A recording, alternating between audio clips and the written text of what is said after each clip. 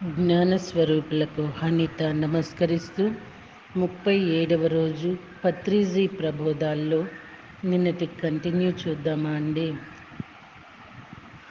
ప్రతి విద్య కూడాను అభ్యాసం ద్వారానే ముందుకు వెళ్తూ ఉంటుంది. అభ్యాసం లేదనుకోండి అక్కడే ఉంటుంది. ఎక్కడ వేసిన గొంగళి అక్కడే అన్నట్టు. అభివృద్ధి కుంటిపడుతుంది, ఉన్నది కూడా పోతూ ఉంటుంది, మర్చిపోతూ ఉంటాము. నేను 1970లో హైదరాబాదులోని మాక్స్ ముల్లర్ భవనంలో 2 సంవత్సరాలు జర్మన్ భాష నేర్చుకున్నాను. జర్మన్ భాషలో 1 నుంచి 10 వరకు అంకెలను చెప్పగలను. జర్మన్ భాష అక్షరాలు నేర్చుకున్నాను 2 సంవత్సరాలు. ఆ తర్వాత అభ్యాసం లేదు, మర్చిపోయానంతా. ఇప్పుడు ఈ 10 నెంబర్లు తప్ప మిగతా అంతా మర్చిపోయాను. అప్పుడు కాస్త మాట్లాడగలిగేవాడిని, ఒక సెంటెన్స్ ఇచ్చేవాడిని. ఇప్పుడు అంతా మర్చిపోయాను, ఎందుకంటే ఇప్పుడు అభ్యాసం లేదు. ఒకవేళ అభ్యాసం ఉండి ఉంటే హాయిగా జర్మన్ మాట్లాడుతూ ఉండేవాడిని. నేర్చుకుని కూడా జర్మన్ పుస్తకాలు ఎందుకు చదవలేకపోతున్నాను, ఎందుకు మాట్లాడలేకపోతున్నాను? ఎందుకంటే అభ్యాసం లేదు, కుంటుపడింది. ఉన్నది కూడా ఆవిరైపోయింది. 1 ఏడాది పాటు నేర్చుకున్నది కూడా పోయింది. ఏదైనా అంతే. ఎవరైనా నేను కొన్నాళ్ళు ధ్యానం బాగా చేశానండి, కానీ మళ్ళీ మర్చిపోయాను ధ్యానం. రకరకాల పనుల్లో పడి ఆ ధ్యాన విద్య ఆవిరైపోయింది. మనసు మరలా అల్లకల్లోలమయ్యింది. ఒకప్పుడు ధ్యానం బాగా చేసేవాడినే. ఇప్పుడు మనసు మళ్ళీ అల్లకల్లోలమయ్యింది అని అంటే అతడు తన అభ్యాసం కొనసాగించలేదు. రాగాలు అపస్వరాలు వస్తున్నాయి అంటే అతడు రాగాలు ఇంకా అభ్యాసం చేయలేదు. వేము చేదుగా ఉందంటే ఆ వేముని ఇంకా బాగా నమలలేదు. అనగా అనగా రాగము అతిశయిల్లున్, తినగ తినగ వేము తీయగనుండున్. అంటే ఏమిటి అర్థం? మనం ప్రతిరోజు ప్రాక్టీస్ చేయాలి, అభ్యాసం చేయాలి. బిస్మిల్లా ఖాన్ గారి ఆ షహనాయిలో అంత మధురం ఎక్కడి నుంచి వస్తుంది? అంత సాధన చేశారు ఆయన. డాక్టర్ శ్రీపాద పినాకపాణి గారి గాత్రంలో అంత పాండిత్యం ఎక్కడిదంటే ఆయన పాండిత్యం గురించి అంతగా సాధన చేశారు. ఆయన తన జీవితాన్ని ఫణంగా పెట్టారు సాధన కోసం. సంగీతంలో ఆ గమకాల సాధనం కోసం శ్రీపాద పినాకపాణి గారు పెట్టింది పేరు. గమకాలు నేర్చుకోవాలంటే ఆయన దగ్గరే నేర్చుకోవాలి. నేను ఆయన దగ్గర 3 సంవత్సరాలు నేర్చుకున్నాను. గమకాల మీద మంచి పట్టు వచ్చింది నాకు, ఎందుకంటే 3 సంవత్సరాలు సాధన చేశాను. ఆ తరువాత ఆ సంగీతం వదిలిపెట్టేశాను, ఎందుకంటే ధ్యానంలోకి వచ్చేసాను నేను. 1975లో ఆయన దగ్గర చేరాను. 1978 వరకు ఆయన దగ్గరకు రోజు వెళ్తుండేవాడిని మా ఊరిలో ఉన్నప్పుడు. తర్వాత ధ్యానంలోకి వచ్చేసాను. నా ధ్యాస అంతా ధ్యానం వైపు మళ్ళీపోయింది. సంగీతం కుంటుపడింది. నా సంగీతం సాధన అక్కడితో ఆగిపోయింది. అప్పుడు ఎంత జ్ఞానం ఉందో ఇప్పుడు అంతే జ్ఞానం ఉంది. అది ముందుకు పోలేదు, ఎందుకంటే నేను సాధన చెయ్యలేదు. కానీ ధ్యానంలో సాధన చేశాను, ధ్యాన ప్రచారంలో సాధన చేశాను, పిరమిడ్ స్పిరిచువల్ సొసైటీస్ మూమెంట్ కోసం సాధన చేశాను. అందుకే అది ఇంతగా విస్తరించింది. ఎందులో మనం సాధన చేస్తుంటే అందులో మనకి ప్రగతి వస్తుంది. ప్రధాని నరేంద్ర మోడీ గారు రాజకీయంలో సాధన చేశారు. ఆయన ప్రైమ్ మినిస్టర్ అయ్యారు. 4 సార్లు గుజరాత్ చీఫ్ మినిస్టర్ అయ్యారు. తర్వాత ప్రధానమంత్రి అయ్యారు. ఇప్పుడు రెండవసారి ఇంకా ఎన్నిసార్లైనా అవుతాడు ఆయన. ఆ సాధనలో పటుత్వం ఉంది ఆయనకు. ప్రతి మనిషి దగ్గర అనంతమైన తెలివితేటలు ఉంటాయి, కానీ ఆ సాధనతో పరిపక్వత వస్తుంది. తెలివితేటలు లేకుండా ఎవ్వరూ లేరు, కానీ ఉన్నదల్లా ఆ సాధనలో లోపమే. ఎవరికైనా ఎందులో కావాలంటే అందులో సాధన ఉంది. ఆ తల్లికి పిల్లల పట్ల సాధన ఉంది. ఆ తల్లికి ఆ పిల్లలే కావాలి, ఇల్లు కావాలి, అంతకన్నా ఏమీ అక్కర్లేదు. కరెక్ట్ అది. అంతకన్నా ఇంకేం కావాలి ఆ తల్లికి? ఆ పిల్లలందరూ పక్కన ఉంటే ఆ తల్లి హాయిగా ఉంటుంది. అందులో ఒకడు దూరం పోయినా పిల్లవాడు ఎప్పుడు వస్తాడా అని ఆరాటపడుతూ ఉంటుంది. ఆ పిల్లలకి ఇంకా పిల్లలు వస్తే మహా తల్లి అవుతుంది. ఇల్లుని స్వర్గంగా చేయటమే ఆ తల్లి యొక్క లక్ష్యము చేసుకుంటుంది. లేకపోతే ఒకానొక అత్తగారిగా కోడల్ని రాపిడి చేయాలనుకుంటే, ఏడిపించాలనుకుంటే అందులోనూ రాణిస్తుంది. మన తెలుగు సినిమాల్లో చూసాము, సూర్యకాంతం అని చెప్పేసి ఆవిడ అత్తగా ఆ కోడల్ని పీక్కు తింటూ ఉంటుంది. ఆ సినిమాల్లో ఆవిడ వస్తుంటే మనమంతా నవ్వుకుంటాము. అలాగే సావిత్రి ఏడుపులో సాధన చేసింది. ఉన్నట్టుండి ఆవిడ కళ్ళల్లో నీళ్లు తెప్పించేస్తుంది. ఎప్పుడంటే అప్పుడు మనకి రావు. ఎందుకంటే మనం ఆ సాధన చేయలేదు, యాక్షన్ చేయలేదు. సావిత్రీదేవి వచ్చిందంటే చాలు, థియేటర్ అంతా ఏడుపులే ఏడుపులు. మహానటి సావిత్రీదేవి. ఆవిడ మహానటి ఎలా అయ్యింది? సాధన చేసింది పట్టుదలతో. పట్టు పట్టగరాదు, పట్టి విడువరాదు, పట్టు పట్టినేని బియ్యే పట్టవలియు, పట్టి విడుచుట కంటే పడి చచ్చుట మేలు, విశ్వదాభిరామ వినురవేమ. నేను గొప్ప పాటగాడిని కాదు, నేనేమి క్రికెటర్ని కాదు, కొద్దిగా వచ్చు అంతే, కానీ అది నా జీవిత లక్ష్యం కాదు. మరి ఏంటి నా జీవిత లక్ష్యం? ధ్యాన ప్రచారం. ధ్యానం చేయటం కూడా కాదు, ధ్యానం చేయటమే నా జీవిత లక్ష్యమా? అయితే మాటలు కూడా ఉండేవి కాదు. మౌనంగా హాయిగా ఇంట్లో కూర్చొని ధ్యానం చేసుకుంటూ ఉండేవాడిని. కానీ నా యొక్క జీవిత లక్ష్యం ఏంటి? ధ్యాన ప్రచారం. అందరూ ధ్యానం చేసుకుంటే చూడాలనేది నా జీవిత లక్ష్యం.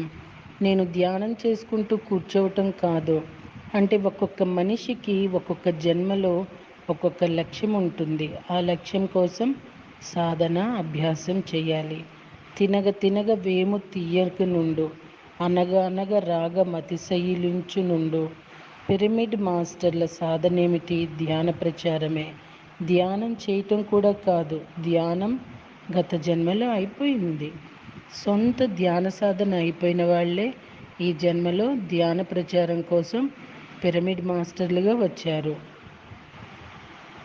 మన ధ్యానం అయిపోయింది గత జన్మలో, ఇప్పుడు ధ్యాన ప్రచారం కావాలి. అందరూ ధ్యానం చేస్తుంటే చూడాలని మన కోరిక. ప్రతి ఇంట్లోనూ ధ్యానం ఉండాలి అనేది మన కోరిక. అందుకే ప్రతి ఇంట్లోనూ దూరతాము, గడ్డం పట్టుకొని అందరినీ బతిమిలాడతాము. అయ్యా కూర్చొనైనా కళ్ళు రెండు మూసుకో, శ్వాస మీద ధ్యాస పెట్టు, ధ్యానం చేయని చెప్తాము. ధ్యానంతో నీకు మనశ్శాంతి లభిస్తుంది, దేహ ఆరోగ్యం వస్తుంది, వృద్ధాప్యం రాదు, శక్తిమంతుడు అవుతావు, ధీమంతుడు అవుతావు, నీ కుటుంబాన్ని బాగా చూసుకోగలుగుతావు నువ్వు అని మనము చెప్పటమే మన జీవిత లక్ష్యము. అందులో మనం సాధన చేసుకోవాలి. పిరమిడ్ మాస్టర్లందరికీ నా యొక్క నమస్కారాలు. ఇక్కడ పత్రిసర్ అండి, ధ్యానం చేస్తే మనశ్శాంతి, దేహ ఆరోగ్యము, వృద్ధాప్యం రాదు, శక్తివంతుడు అవుతావు, ధీమంతుడు అవుతావు, ఇలా చెప్పినారు కదా. యాక్చువల్లీ నన్ను కొంతమంది అడుగుతూ ఉంటారు, నేను ధ్యానం చేస్తున్నాను, ధ్యానం చేస్తే ఆరోగ్యం వచ్చేస్తుంది అన్నారు, సమస్యలు తీరిపోతాయి అన్నారు. నాకు ధ్యానంలోకి వచ్చినాక మరింత ఎక్కువైపోయాయి. నేను మరి శాకాహారులు అయితే ఇది ఉండదు అది ఉండదు అన్నారు. 10 సంవత్సరాల నుండి శాకాహారిని, మరి ఏంటి నా పరిస్థితి అని అడుగుతూ ఉంటారండి. ఒకటి మాస్టర్స్, ఒక వస్తువు అనేది దాని ఉపయోగం చెప్పటం వరకే ఆ వస్తువు వినియోగింపచేసే వాళ్ళ యొక్క పని అండి. ఇది ఇలా చేస్తుంది, ఇది ఇలా జరుగుతుంది, ఇది ఇలా పనిచేస్తుంది చెప్తారు. అది మనము మనకి అవసరమైన విధంగా దాన్ని పని చేయించుకునే విధంగా యూజ్ చేసుకోగలగాలి. అలా యూజ్ చేసుకుంటేనే దాని యూస్ఫుల్ అవుతుంది. మనము ఏది పొందాలో అది పొందుతాము. ధ్యానం అనేది అన్నీ ఇవ్వగలదండి. మనం ఒక గురువుని కానీ, ఒక సాధువుని కానీ, లేదా ఒక దేవుడి గుడికి కానీ, ఏదో మన బాధలు కష్టాలు తీరిపోతాయి అనేసి వెళ్తూ ఉంటాము. వాళ్ళు ఏదో మనకి ఇచ్చేస్తారు అనుకుంటూ ఉంటాము. అలానే వాటన్నిటికన్నా పరాకాష్ఠ అనేది ధ్యానం. ఇది నేను ఏదో ఊసిపోక మీకు చెప్పటంలా, నా అనుభవంతో నేను చెప్తున్నా. ధ్యానములోకి వస్తే మాత్రం నేను ఏ రోగాలతో రాలేదు, బాధలతో రాలా, కష్టాలతో రాలా. నాకు ధ్యానం అనే దారి చూపబడింది, అలా హ్యాపీగా వచ్చా.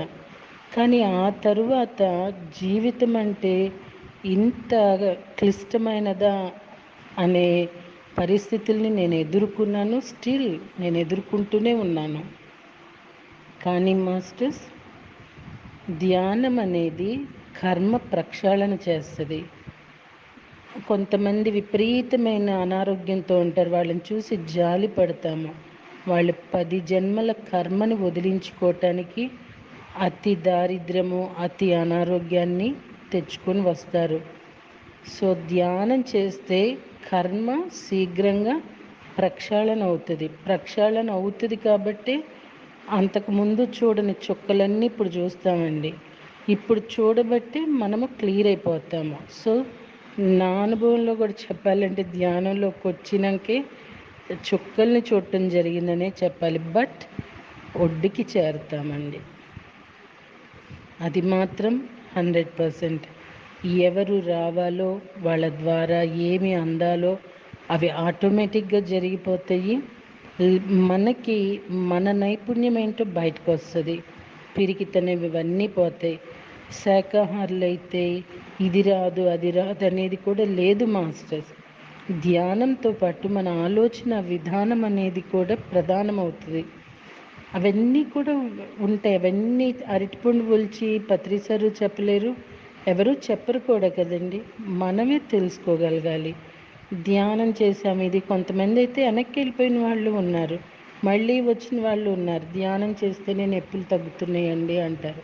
ఒక మెడిసిన్ ఒక రోగం తగ్గటానికి ఎలా ప్రతిరోజు వేసుకుంటామో ప్రతిరోజు ధ్యానం చేసే తీరాలి. అప్పుడే అవి ఏవి పోవాలో అవి పోతాయి. నిజంగా మాస్టర్స్, నా వేలో నేను చెప్పాలంటే ధ్యానానికి మించింది ఏమీ లేదండి. ధ్యానం చాలా ఉన్నతమైనది, గొప్పది. ఈ 2 వర్డ్స్ కూడా తక్కువే చెప్పడం. మెడిటేషన్ మాత్రం ఎవరిని నమ్మాలో ఎవరిని నమ్మకూడదో, స్నేహాలు బంధాలు అన్నీ కూడా మోసంతో కూడుకున్నవే. ఇప్పుడు చూస్తుంటే ఆస్తుల కోసమో లేకపోతే ఉన్న అహంకారాలతోటో అన్నీ ఎవరిని నమ్మలేని పరిస్థితి ఉంది. బట్ ధ్యానాన్ని మాత్రం గుడ్డిగా నమ్మొచ్చండి. I'm right masters? ఏ గూటి పక్షులు ఆ గూటికే చేరుతాయి, కాకుల్ని ఒకే గూటికి చేరుతాయి, కోకిలలు అన్నీ ఒకే గూటికి చేరుతాయి, అన్నీ ఒక సమూహంగా ఉంటాయి.